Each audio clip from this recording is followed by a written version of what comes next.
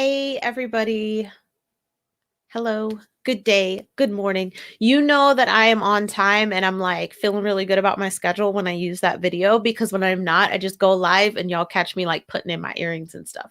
So go ahead and drop me a hashtag live or your greeting of the day. Let me know you're here. Again, this is going to be like 10 minutes. We're going to hit this topic hard and fast because even though, like I said in the description, it's all sales, but I really think that some people could use with a shift of perspective on this topic. So today we're going to talk about stop selling and do this instead. But it was kind of a JK, just kidding, because it's all selling. And what you need is a shift on perspective in terms of your selling. So let me know in the comments if selling is something that you really don't like, that you don't feel comfortable doing, that is something that you absolutely dread. Let me know in the comments. And then what I'm hoping is that once we're done, you'll be able to let me know in the comments again if you still feel the same way, or at least feel like you could adopt this perspective with some practice. So what I would like to start out with is a phrase that a business friend used that I absolutely loved. And I said, oh, I've got to include this in a live stream.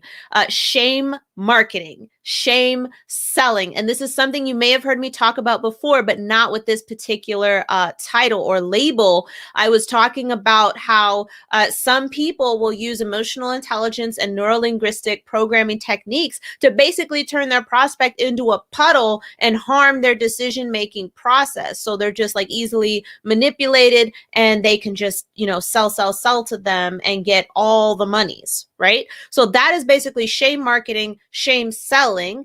And I think a lot of people think of this, especially when they think of sales, that it's this approach here. Selling high pressure sales might be another phrase that you've heard. And you're just like, that is just horrible. I don't like it. And because I can't do that, because I don't like that, I cannot sell. And so that's what we're here to talk about today, because that is actually just not true. It's just that that version of selling isn't the only type of selling. So my question for you is, will you say no to a prospect?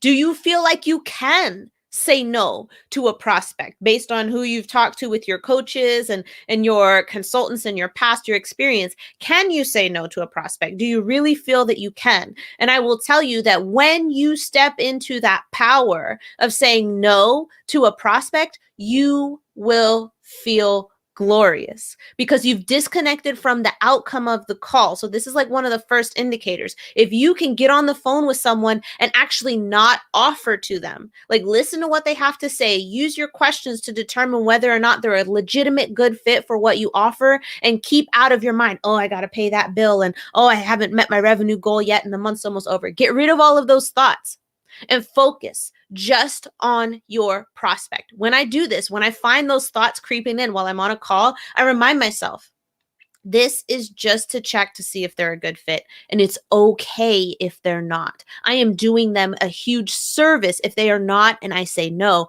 And like sometimes my shoulders creep up because I'm stressed out, and then my shoulders just come down and the pressure just slides off of me. And I'm not trying to make this sound easy. It was a mindset shift that I also had to make. But ask yourself, like, how often have you said no? Not just how often did you get a no, but how often have you gotten on the phone with somebody who was interested in what you offered and you said, I don't think that working with me would actually be the best choice for you right now. Here are some other things that you can do.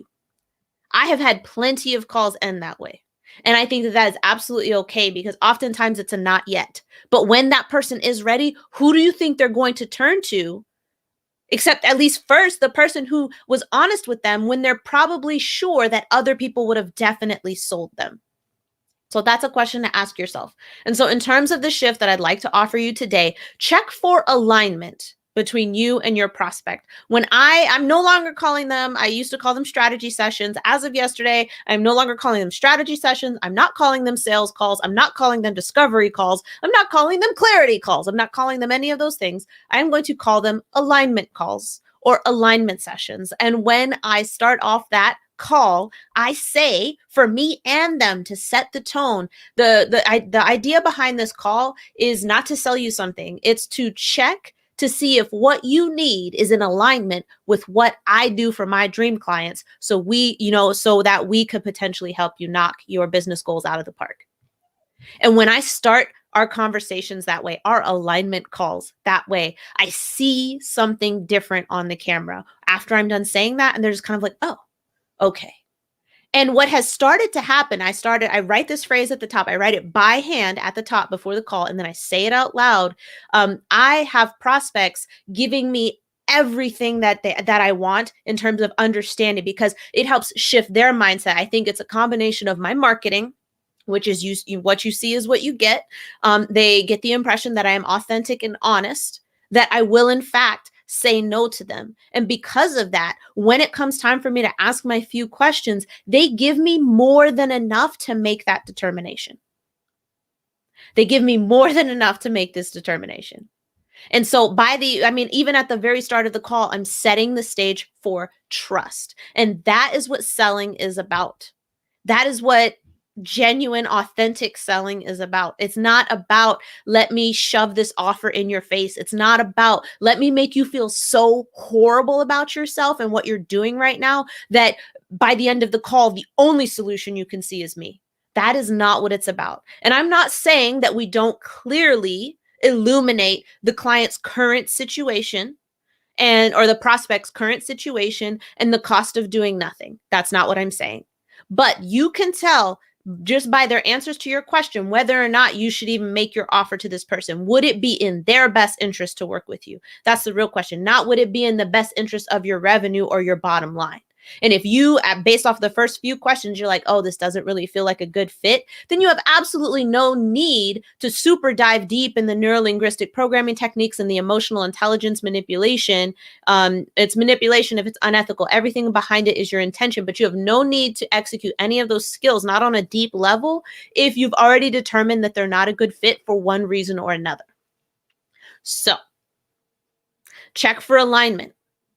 Don't sell.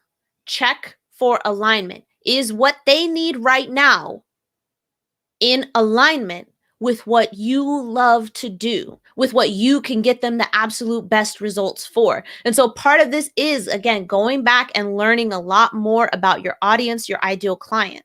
So in my case, for example, if I'm listening to a prospect speak to me, somebody I am checking alignment with, and it sounds like they have a sales problem, and they're talking to me about getting more marketing leads, I'm going to let them know, like, actually, to be honest with you, while I would love to work with you, in most cases, by the time we get on the phone, it is somebody I would love to work with, but I would love to work with you, but it sounds to me like you actually have a sales problem. And I think that if you're looking to make an investment right now, you should invest in some, a sales coach or a sales consultant.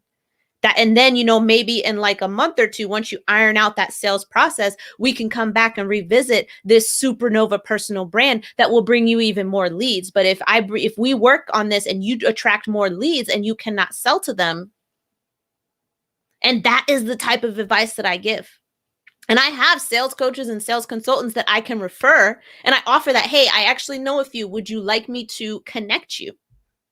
And they already trust me, and some of that trust trickles over to the person that I would potentially refer. So it's a wonderful ecosystem where even if I'm concluding the call with the determination that it is a not yet, probably, or even a no, if something just doesn't feel right between us, it is a beautiful feeling to know that they will still leave with something of merit, something of distinction. And I tell them that, and if I don't feel like this is a good fit, I will give you some of my recommendations to help you move forward for sure. So one way or another, you are leaving with something after this call. So, all right, let me see. All right, so somebody typed, the mindset shift is so real, but once it is, you will not, once you make this shift, you will not feel nervous about these types of calls. You'll feel excited because you are checking alignment, and it is okay for you to say no. There is no failure on your part if you do not get this person's credit card information for the right reasons. Okay, so I'm really happy that I got to talk about this morning. I feel really good about it. So please let me know in the comments if you felt like you hated selling before this live stream and how you feel about it now with the perspective shift. So this is Ruthie, and I will see you tomorrow.